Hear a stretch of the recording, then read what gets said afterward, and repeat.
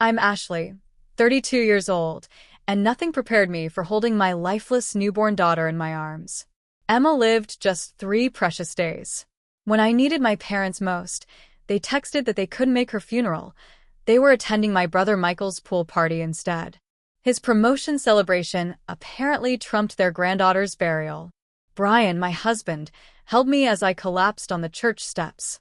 That moment changed everything between my family and me forever.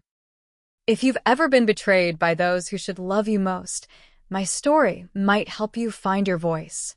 Let me know where you're watching from in the comments, and please subscribe if you want to hear more stories of finding strength in unimaginable pain. Growing up in our suburban home in Massachusetts, I always felt like I was performing on a stage where the spotlight never quite reached me. My brother Michael, 2 years younger, somehow managed to capture all of our parents' attention and admiration. It wasn't that they were cruel to me, they just clearly preferred him. When Michael scored a touchdown in junior varsity football, my parents threw a backyard barbecue. When I made first chair violin in the state orchestra, they said, "That's nice," and put my certificate on the refrigerator for exactly 3 days before it mysteriously disappeared. I remember my high school graduation falling on the same day as Michael's baseball regional playoffs. My parents attended my ceremony, but left immediately after my name was called, not even staying to see me receive my honors cords. They wanted to make sure they didn't miss Michael's first pitch. I pretended it didn't hurt when I looked out from the stage and saw their empty seats during the principal's closing speech. These patterns repeated so consistently that I eventually stopped expecting anything different. My accomplishments were footnotes, his were headlines in our family story. As I entered adulthood, I channeled that pain into determination. I worked 2 jobs to put myself through college since my parents decided Michael's engineering degree required more financial support than my education degree. They paid his full tuition while I took out loans. During my sophomore year at university, I met Brian in a psychology elective class. He noticed me in a way no one in my family ever had. He actually listened when I spoke, remembered details about my dreams and ambitions, and made me feel valued simply for being myself. His family welcomed me immediately, his mother Linda calling me the daughter she never had. When Brian proposed after graduation, my parents' lackluster response was predictable. "Are you sure you're ready for that commitment?" my mother Rebecca asked. Meanwhile, they threw an elaborate party when Michael simply moved in with his girlfriend Teresa. Brian and I established our life together despite their minimal support. We bought a small starter home, worked hard in our careers, me as an elementary school teacher and Brian in hospital administration. We created our own traditions and family gatherings that felt warm and supportive rather than competitive and conditional. After 3 years of marriage, we decided to try for a baby. What we thought would be a quick and joyful process turned into a 5-year journey through the heartbreak of infertility. Month after month of negative pregnancy tests wore down our spirits.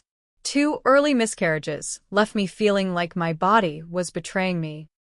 Through it all, Brian remained my rock, holding me through tear-soaked nights and accompanying me to countless doctor appointments. My parents' response to our struggles was predictably dismissive. "Maybe it's not meant to be," my father Richard commented after our second miscarriage. Meanwhile, they gushed over Michael and Teresa's decision to remain childless to focus on their careers, calling them wise and forward-thinking. When we finally got pregnant through our second round of IVF, Brian and I were cautiously ecstatic. We waited until the 12-week mark to share our news. His parents immediately started knitting baby blankets and planning their extended visit after the birth. My parents' reaction was a study in lukewarm enthusiasm. "That's wonderful, honey. Now remember to be careful about gaining too much weight," my mother said. My father merely nodded and changed the subject to Michael's recent promotion. Despite their reaction, I allowed myself to hope that a grandchild might finally give me equal footing in their eyes. I sent them ultrasound photos and updates after each doctor's appointment. I even asked my mother if she wanted to accompany me to my 20-week scan when we would learn the baby's sex. She declined, citing a hair appointment she couldn't reschedule.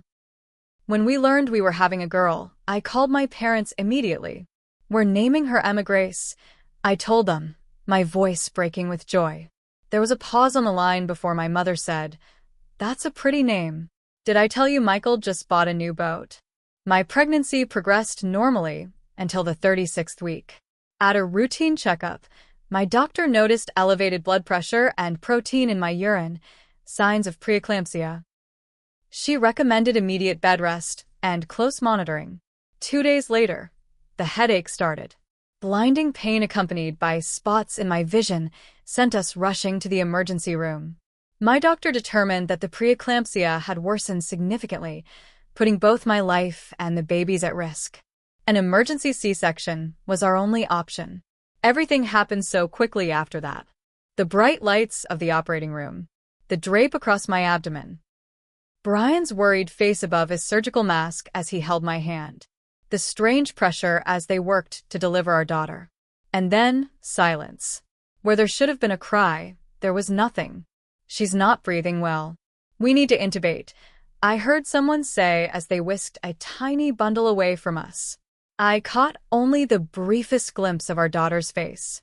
Emma was transferred immediately to the NICU while I recovered from surgery.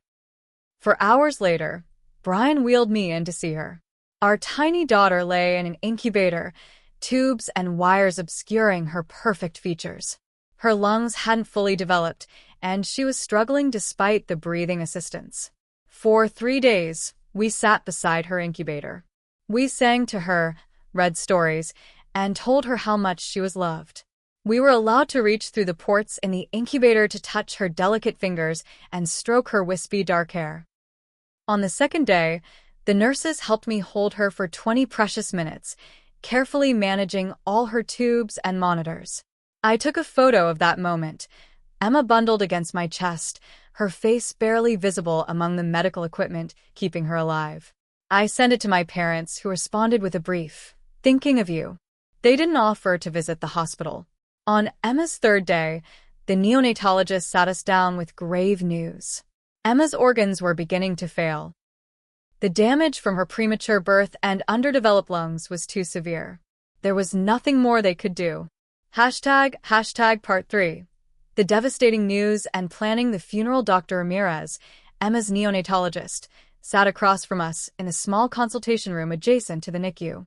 His kind eyes held a sadness that told me what he was about to say before the words even left his mouth. "Mr. and Mrs. Davis, I'm so sorry, but Emma's condition has deteriorated significantly overnight. Her organs are failing despite our interventions." His voice was gentle but direct. "At this point, we need to discuss transitioning to comfort care." The words hit me like physical blows. Comfort care, the medical euphemism for letting your child go. Brian's hand tightened around mine until both our knuckles turned white. How long does she have?" Brian managed to ask, his voice barely audible. "Hours, perhaps a day at most," Dr. Ramirez replied. "We'll remove the ventilator and other interventions that are causing her discomfort, give her medication to ensure she isn't in pain, and you can hold her for as long as you have together." I don't remember walking back to the NICU. Somehow, we found ourselves standing beside Emma's incubator as nurses gently disconnected the machines that had been keeping her alive. They wrapped her in a soft pink blanket that someone had brought from our baby shower and placed her in my arms for the first time without tubes and wires between us. She was so light, barely 5 pounds. Her perfect rosebud lips slightly parted, dark lashes resting against pale cheeks. We moved to a private room where Brian and I took turns holding her. We baptized her with tears falling on her forehead instead of holy water, a kind hospital chaplain officiating the impromptu ceremony. Emma took her last breath at 3:17 p.m. on a Tuesday afternoon, cradled against my heart. The nurses made clay impressions of her tiny hands and feet. They cut a lock of her dark hair and placed it in a small envelope. These tokens, along with the blanket she was wrapped in, would be the only physical remnants of our daughter's existence. In a daze of grief, I called my parents from the hospital room. My father answered, and I could hear the television blaring sports in the background. "Dad," I managed through sobs, "Emma's gone. She didn't make it." There was a pause, then the sound of the TV volume lowering. "Oh, sweetheart, I'm so sorry." For once, his voice held genuine emotion.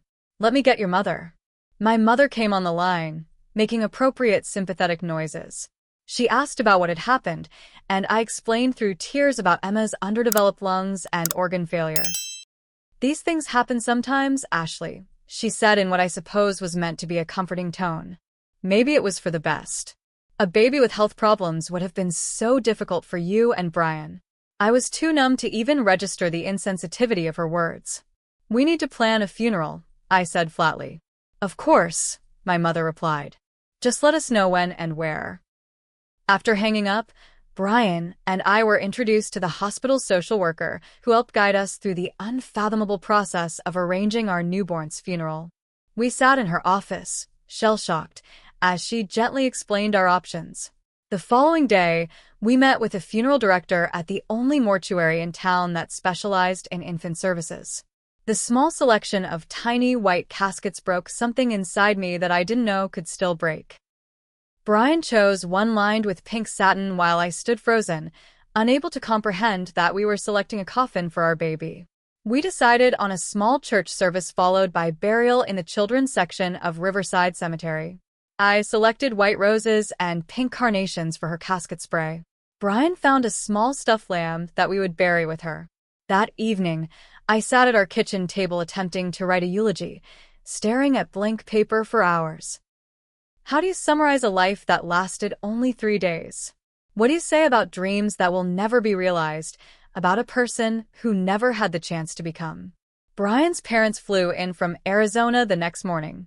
Linda took one look at me and wrapped me in the mother's embrace I so desperately needed.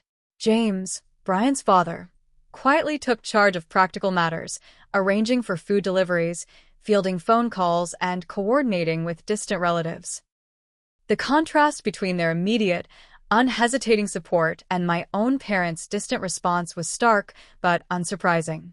My parents had called once more after our initial conversation, asking perfunctory questions about the arrangements, but offering no practical help. 3 days after Emma's death, I texted my mother with the funeral details, Saturday at 11 a.m. at Grace Episcopal Church. Her response was prompt. "We'll be there. Your father has taken the day off work." That same evening, my phone chimed with a family group text from Michael. "Big news, everyone. Just got promoted to senior VP. Throwing a pool party at my place this Saturday to celebrate. Starts at noon, but come early for mimosas and breakfast burritos. Mom and Dad, I've got the guest room ready for you to stay over." The timing couldn't have been worse. I immediately called my mother. "Mom, you saw Michael's text, right? His party is the same day as Emma's funeral." "Yes, I noticed that," she replied. "What unfortunate timing. So you'll tell him you can't make it to his party, right? Because you'll be at the funeral?" I hated the pleading note in my voice. "Well," she hesitated. "We haven't decided yet. Michael's worked so hard for this promotion, and you know how he gets when things don't go his way." I couldn't believe what I was hearing. "Mom, this is my daughter's funeral. Your granddaughter. Surely that takes precedence over a pool party." "Of course it's important, Ashley. Let me talk to your father, and we'll figure something out. Maybe we can make an appearance at both." The conversation left me uneasy, but I tried to focus on the funeral arrangements. I needed to believe my parents would do the right thing. Just this once, when it mattered most, surely they would choose me. Saturday morning dawned with a cruel brightness that seemed to mock my grief. I stood before our bedroom mirror, a black maternity dress hanging loosely on my postpartum body. The outfit I'd never imagined wearing, funeral clothes to bury my baby. My C-section incision still throbbed beneath the fabric, a physical pain that barely registered against my emotional agony. Brian moved quietly around the bedroom, his red-rimmed eyes and pallid complexion reflecting my own. He helped fasten the necklace that held a small pendant containing a tiny amount of Emma's ashes. The rest would be buried with her, but this small part would stay with me always. His parents were already downstairs, making coffee and arranging the light refreshments we'd serve at our house after the cemetery. They moved with the efficiency of people familiar with grief, having lost a child of their own decades earlier, Brian's brother who died of leukemia at age 8. Did your parents say what time they're arriving? Linda asked gently as she handed me a cup of tea I wouldn't drink. They said they'd meet us at the church, I replied. I texted them last night to confirm, and Mom said they'd be there. We arrived at the church an hour early. The funeral director had already placed Emma's small white casket at the front, surrounded by the flowers we'd selected. A framed picture of her, the only one we had where she wasn't connected to machines, sat on a small table. It showed her wrapped in her pink blanket, her face peaceful as if sleeping.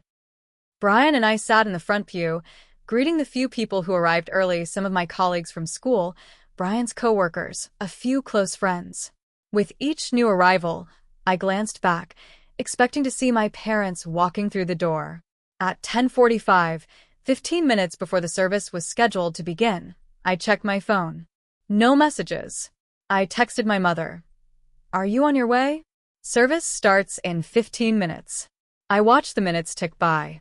10:50, 10:55. No response. At 10:58, my phone vibrated. A text from my mother. Ashley, your father and I have decided to attend Michael's celebration instead. A celebration of life rather than death seems healthier for everyone. Michael would be so disappointed if we missed his big day. We'll visit Emma's grave another time. Sending love and strength. The words blurred as tears filled my eyes. I passed the phone to Brian, unable to speak. His face hardened as he read the message, jaw clenching with rare anger. Those selfish, he started, then stopped himself, glancing at me. I'm so sorry, Ash. I felt something break inside me, the last thread of hope that my parents might someday value me as they valued my brother. In that moment, sitting in that church about to bury my child without her grandparents present, a lifetime of being second best crystallized into a single, unbearable betrayal. The minister approached, his expression concerned. Are we waiting for anyone else before we begin? No, Brian answered for me. Everyone who truly cares is already here. My legs gave way as I tried to stand for the processional. Brian caught me as I collapsed onto the church steps, great heaving sobs racking my body. Linda and James rushed to our side, forming a protective circle around me. I can't do this, I gasped. I can't bury her without my family here. We are your family, Linda said firmly, holding my face between her hands. And we're here. Emma deserves this goodbye, and we'll get through it together. Somehow, I found the strength to stand. We proceeded into the church, past the rows of seats where my parents should have been sitting. The emptiness of that space echoed the emptiness in my heart. The service passed in a blur. I remember standing to deliver the eulogy I'd finally written, my voice breaking as I spoke about the perfect fingers that had briefly held mine, about the lifetime of love compressed into 3 days. About how Emma had taught me more about love in her brief existence than I'd learned in all my years before her. The burial was brief, but agonizing. Watching that tiny casket lowered into the ground seemed to violate some fundamental law of nature. Parents should not bury their children. I placed the white rose I'd been holding onto the casket before they began to cover it with earth. Back at our house, I excused myself from the small gathering of mourners and retreated to our bedroom. In a moment of masochistic curiosity, I checked social media. Michael had already posted photos from his party, tagging our parents.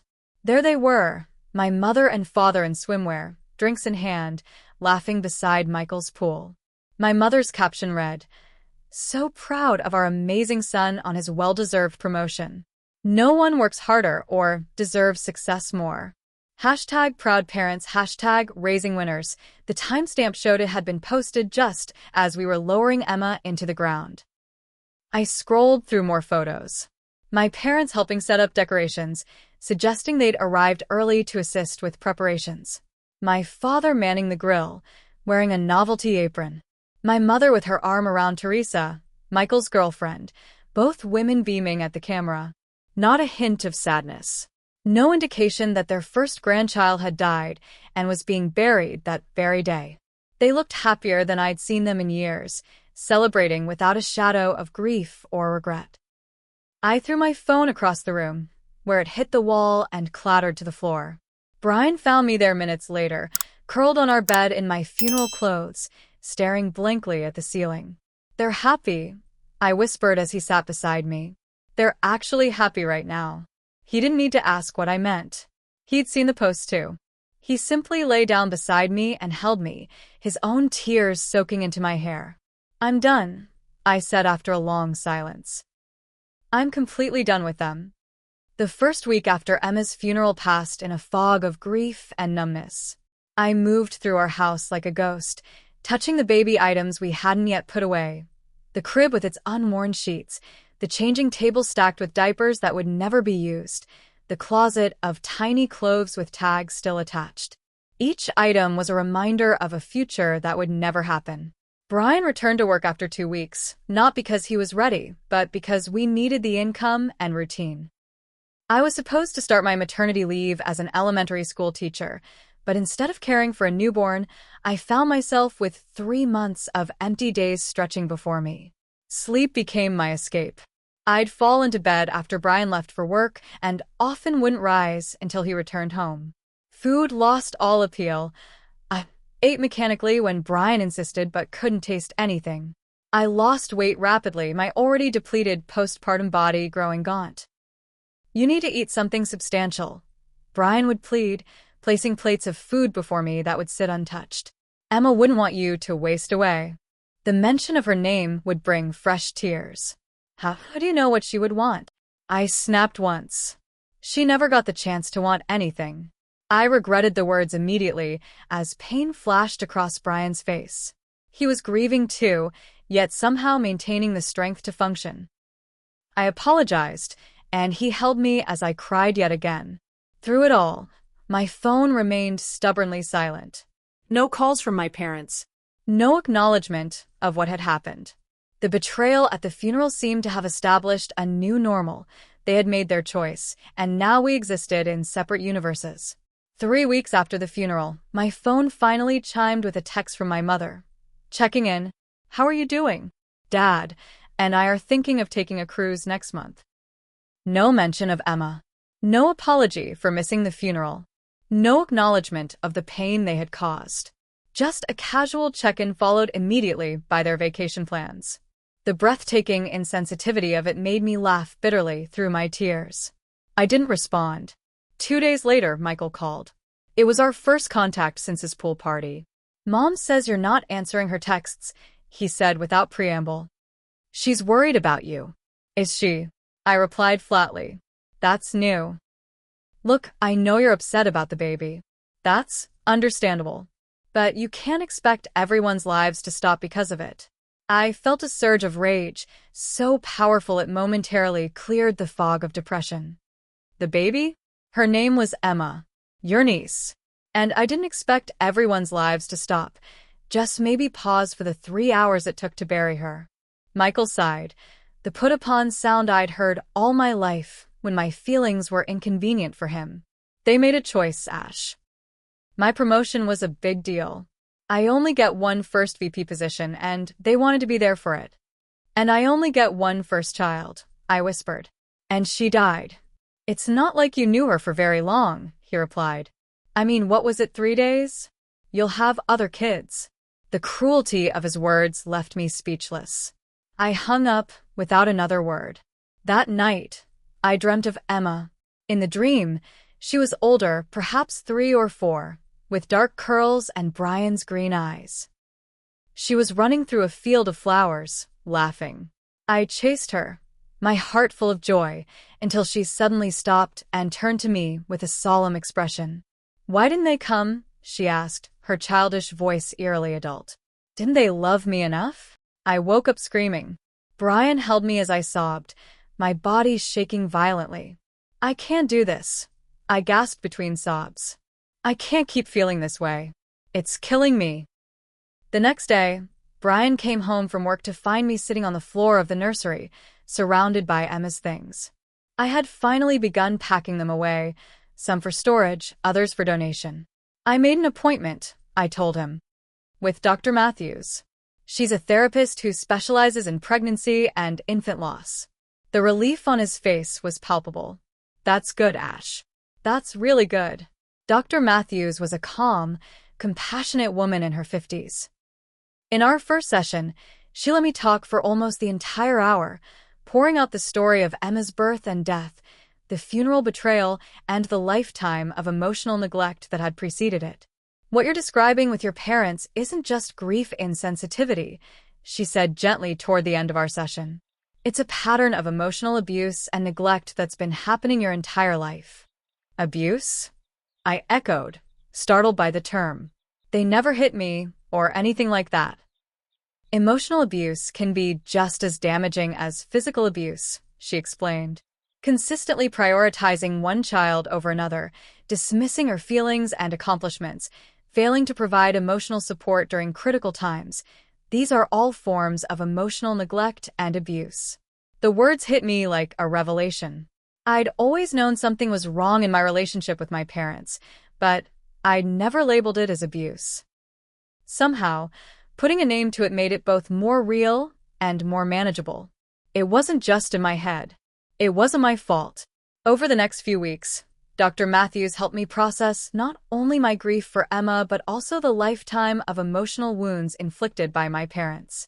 We discussed how their behavior had shaped my self-worth, my relationships, and my expectations. The funeral incident wasn't an anomaly, she pointed out in one session. It was simply the most extreme example of a pattern that's existed your entire life. I began to recall other significant events they had missed or minimized. My college graduation, where they left immediately after the ceremony to attend Michael's baseball game. My wedding rehearsal dinner, where my father gave a toast that mentioned Michael's accomplishments more than my marriage. The time I was hospitalized with pneumonia, and they visited for exactly 30 minutes before leaving for Michael's housewarming party. The pattern was undeniable once I allowed myself to see it. 5 weeks after the funeral, my parents called.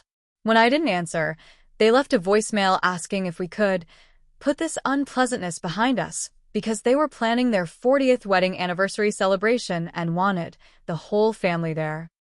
I played the message for Brian, watching his expression darken. Unpleasantness, he repeated, incredulous. That's what they're calling it. That night, I had another nightmare. This time, I was standing at Emma's grave alone.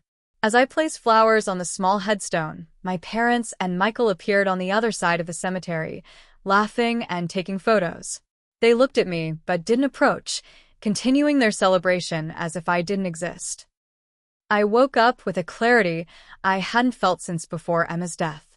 I grabbed my phone from the nightstand and hurled it against the wall, where it shattered, just as my relationship with my parents had shattered. Brian found me sitting on the nursery floor again, but this time, I wasn't crying. I was looking through a box of old photos and documents I'd pulled from our closet. I'm done being their doormat, I told him. It's time they faced consequences for once in their lives.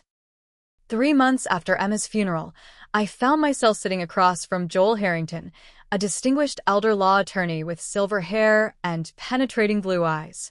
Brian sat beside me, holding my hand as I explained our situation. So let me make sure I understand correctly, Joel said, reviewing the documents I'd brought. Your maternal grandmother Evelyn left you a significant inheritance when you were 21, but it was placed in a trust managed by your parents until you turned 35. That's right, I confirmed. I knew about the inheritance, but trusted my parents to manage it properly. I never needed the money, so I didn't think much about it. And the house your parents currently live in was purchased with funds from this trust? Yes. They sold their previous home and used my trust money to buy their current house, claiming it was a better investment for my future. I signed whatever paperwork they put in front of me. I didn't question it because, well, they were my parents. Joel's expression remained professional, but I could see the disapproval in his eyes. According to these documents, the house is technically your property, not theirs. They've been living there for 7 years without paying any rent to the trust or to you. Is that legal? Brian asked. It's in a gray area, Joel replied. As trustees, they had some discretion in how to invest the funds. But using trust assets primarily for their own benefit rather than yours could be considered a breach of fiduciary duty. He paused, studying me. May I ask why you're looking into this now? I explained about Emma's death and my parents' decision to attend my brother's pool party instead of her funeral. Joel's professional demeanor slipped momentarily, revealing genuine shock. I'm very sorry for your loss, he said softly. And I understand your desire to address this situation. What are my options? I asked. Several, he replied, straightening in his chair. Since you're now 32, we could petition for early termination of the trust based on the trustee's mismanagement. Given the circumstances, a judge might be sympathetic. This would give you immediate control over all assets, including the house. And then the house would be legally yours to do with as you please. You could sell it, move into it yourself, or, he paused, or ask them to move out. I finished for him. Yes. You could establish a formal rental agreement or request that they vacate the property. The thought of my parents having to face real consequences for their actions filled me with a complicated mix of emotions, satisfaction, guilt, and a strange sense of liberation. For once, they would have to acknowledge my existence and my feelings. I'd like to proceed, I said firmly. Over the next few weeks, Joel and his team worked diligently to prepare our case.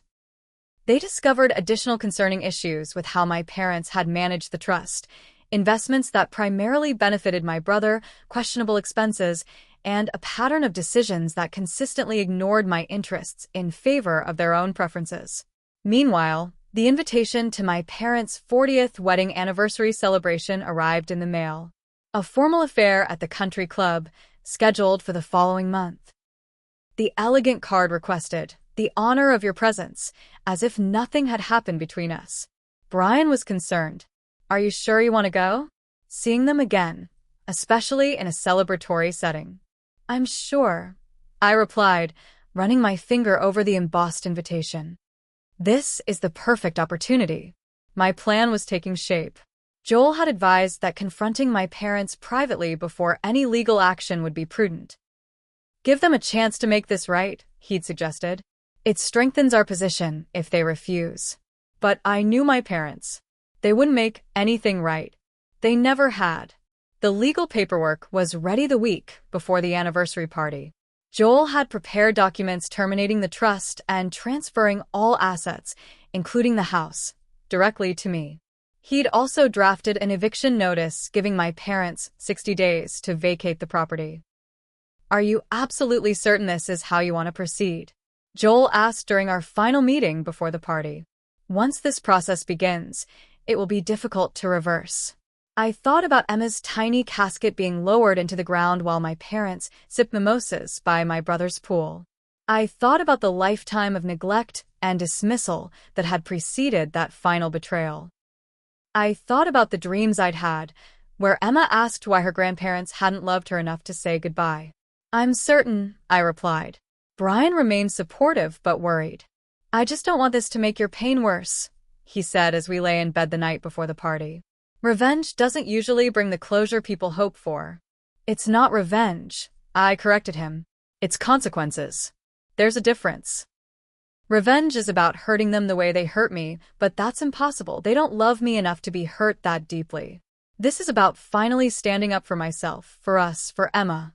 It's about saying that what they did matters, that they can't just expect everything to go back to normal. He pulled me close. I'm with you, whatever you decide. I just want you to find peace somehow. I will, I promised. After tomorrow. The day of the anniversary party arrived with perfect weather, sunny and mild, with a gentle breeze. I dressed carefully in a black sheath dress that highlighted how much weight I'd lost since Emma's death. The dark circles under my eyes had faded somewhat, but grief had left its mark on my face in new lines and a certain hardness around my mouth. Brian looked handsome in his charcoal suit, a subtle pink handkerchief in his breast pocket. A private tribute to Emma that only we would understand. Ready? He asked as we stood at our front door. I nodded, picking up the manila envelope containing the legal documents and a framed photograph of Emma's casket. Ready. As we drove to the country club, I felt strangely calm.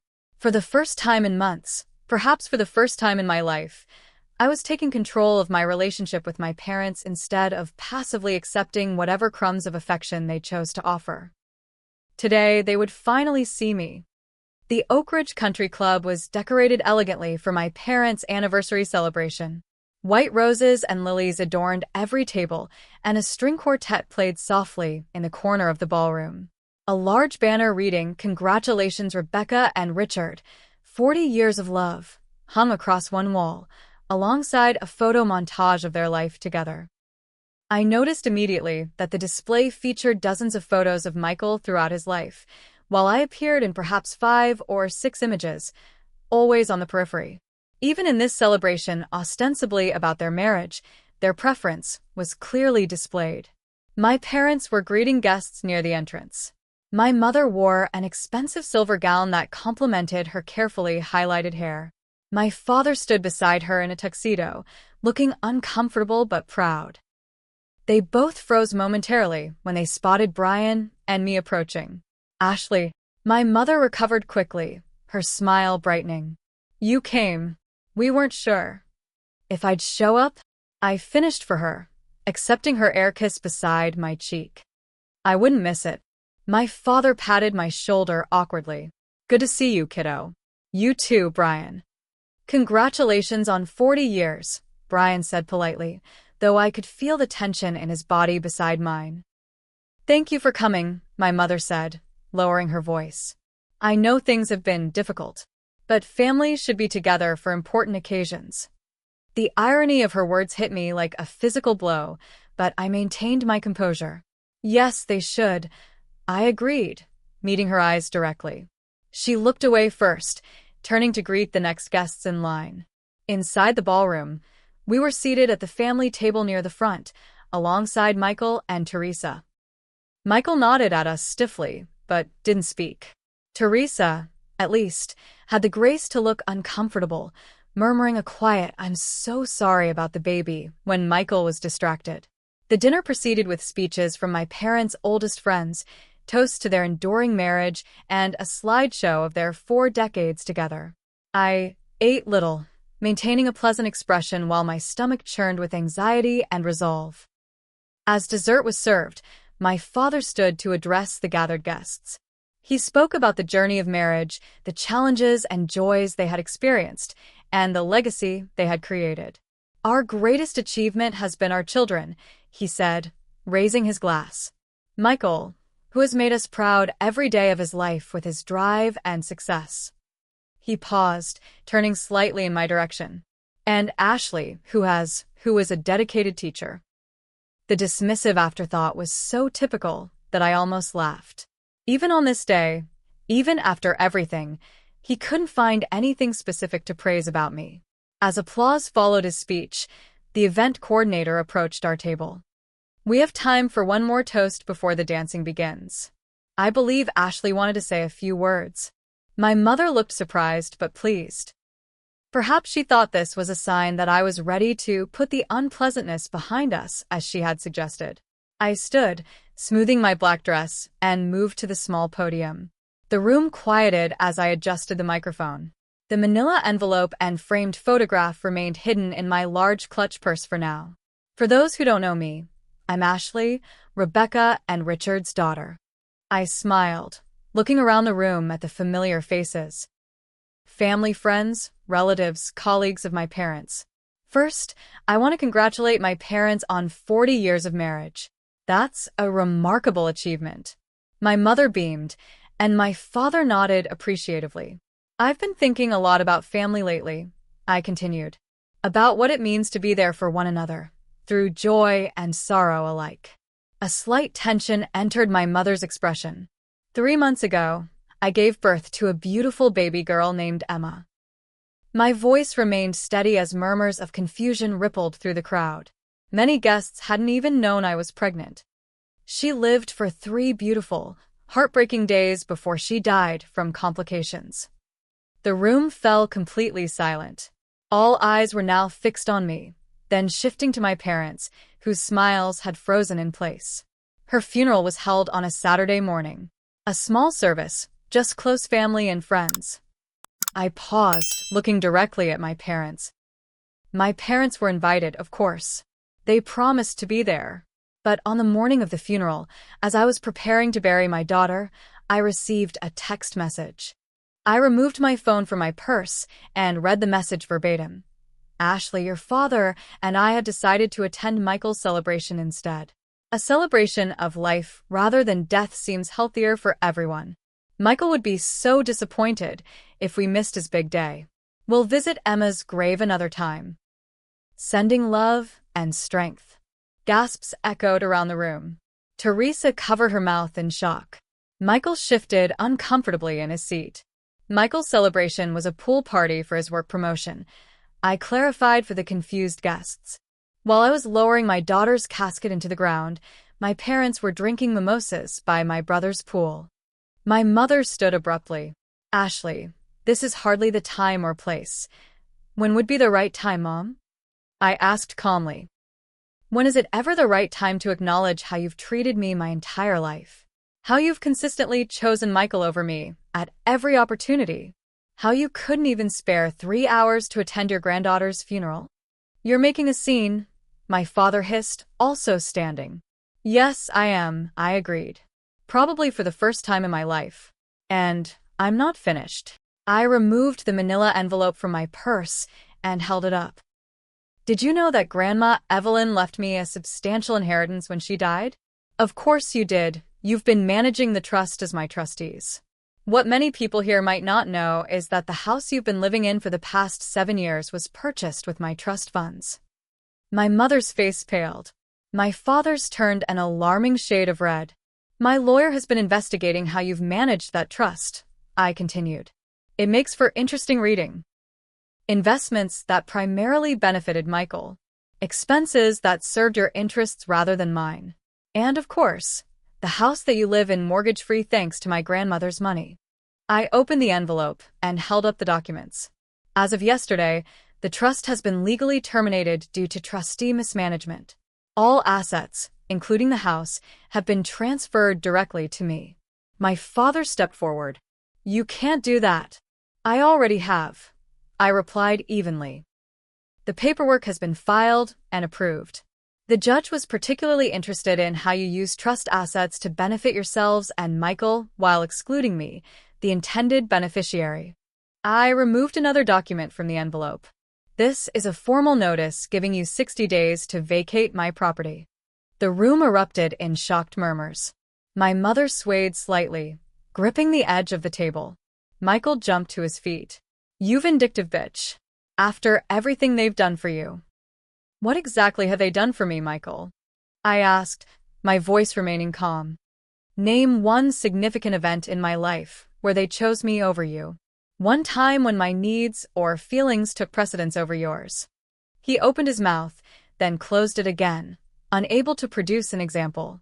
I turned back to the stunned guests. I'm not doing this out of vengeance. I'm doing it because actions have consequences. Because I matter. Because my daughter mattered. I removed the framed photograph from my purse, the image of Emma's white casket covered in flowers. I placed it on the podium where everyone could see it. This is what my parents chose to miss. This is what was less important than a pool party. My voice finally broke slightly. This is my daughter, your granddaughter, who you couldn't be bothered to say goodbye to. My mother began to cry, dramatic sobs that had always worked to garner sympathy in the past. How can you do this to us? We're your parents. And I was your daughter, I replied simply. But you never acted like it. I stepped away from the podium, picking up Emma's photo and returning to where Brian stood waiting. He wrapped his arm around me supportively. The documents have been delivered, I said to my stunned parents. Your copies are on the table. 60 days. As we walked toward the exit, my father found his voice. Ashley Davis, if you walk out that door, you are no longer our daughter. I turned back one last time. That's the thing, Dad. I never really was. Brian and I walked out of the ballroom with dignity, leaving chaos erupting behind us. As we stepped into the evening air, I took my first deep, cleansing breath in months. You okay? Brian asked softly. No, y ensuara tunasli. But I will be. 6 months after the confrontation at my parents' anniversary party, I stood at Emma's grave with fresh flowers. The small headstone now had a permanent marker with her name, dates, and the inscription, briefly known, forever loved. The grass had grown over the disturbed earth, making her resting place look peaceful and established rather than raw and new. I arranged the pink and white roses carefully in the small vase attached to the headstone, then sat on the bench Brian and I had installed nearby. "Hi, sweet girl," I said softly. "It's Mom again." These visits had become a weekly ritual. Sometimes Brian came with me, sometimes I came alone. I would talk to Emma about my week, about my feelings, about the process of healing that continued day by day. The foundation we had established in her name, the Emma Grace Davis Foundation for Bereaved Parents, was gaining traction. Using part of my reclaimed inheritance, we had created a nonprofit that provided financial assistance for funeral expenses, counseling services, and support groups for parents who had lost infants. I had returned to teaching 3 months after the confrontation, finding unexpected solace in the innocent joy of my third-grade students. Being surrounded by children was both painful and healing, a bittersweet reminder of what I had lost but also of the capacity for love that Emma had awakened in me. My relationship with my parents had ended completely. After the anniversary party, they had attempted to contest the trust termination but had been unsuccessful. They moved out of the house exactly 60 days after receiving the notice, leaving it in disarray, a final act of petty revenge. I decided not to sell the house, but instead donated it to a local charity that provided temporary housing for families with children in the hospital. The Emma Grace House, as it was now called, offered a comfortable place to stay for parents who needed to be near their critically ill children, the support my parents had failed to provide for me. Michael had sided with our parents, of course. He sent a scathing email accusing me of being selfish and cruel, saying I had destroyed the family over one missed event. I didn't bother responding.